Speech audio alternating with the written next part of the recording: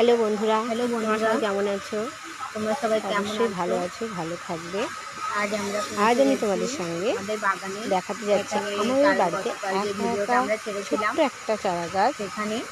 সেটা নিজে বড় হয়ে এবার এখানে একা সুন্দর একা ফুলে আমাদের ফলে বাগানে ভরে একটা উঠেছে। ছোট্ট চারা এবার গাছ কি একা একা চারা গাছ বড় সেটা হয়ে আমি তোমাদের দেখাবো, কিভাবে ফুলে নাম ফলে বলছি না, ভরেছে সেটাই তোমাদেরকে দেখাবো।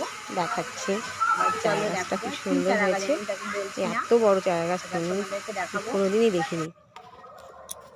এ দেখো বন্ধুরা,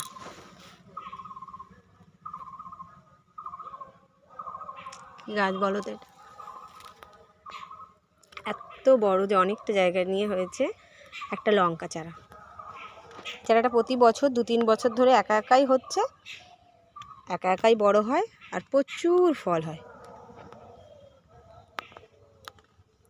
লম্বা লম্বা লঙ্কা হয়েছে, দেখো কি সুন্দর। আমি 3 বছরের আগে কোনোদিন আমি এত বড় লঙ্কা গাছ দেখিনি।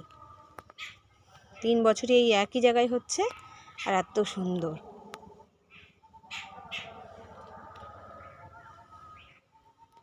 সবে ফুল এসছে, ফলও ধরেছে। অনেক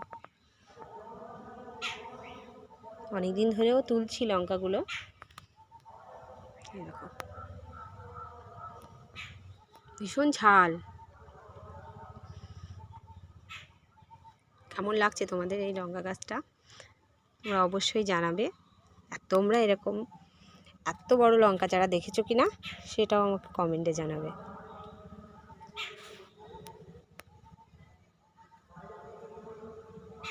এই ভিডিওটা কেমন লাগলো অবশ্যই আমাকে জানাবে। আর এরকম যদি কারোর বাড়িতে লঙ্কা চারা থাকে অবশ্যই আমাকে বলবে। আজ এই পর্যন্ত আমি লঙ্কা চারাটার ব্যাপারে তোমাদের কাছে শেয়ার করলাম। ধন্যবাদ সবাইকে, সবাই আমার সঙ্গে থাকবে। Tata, bye bye.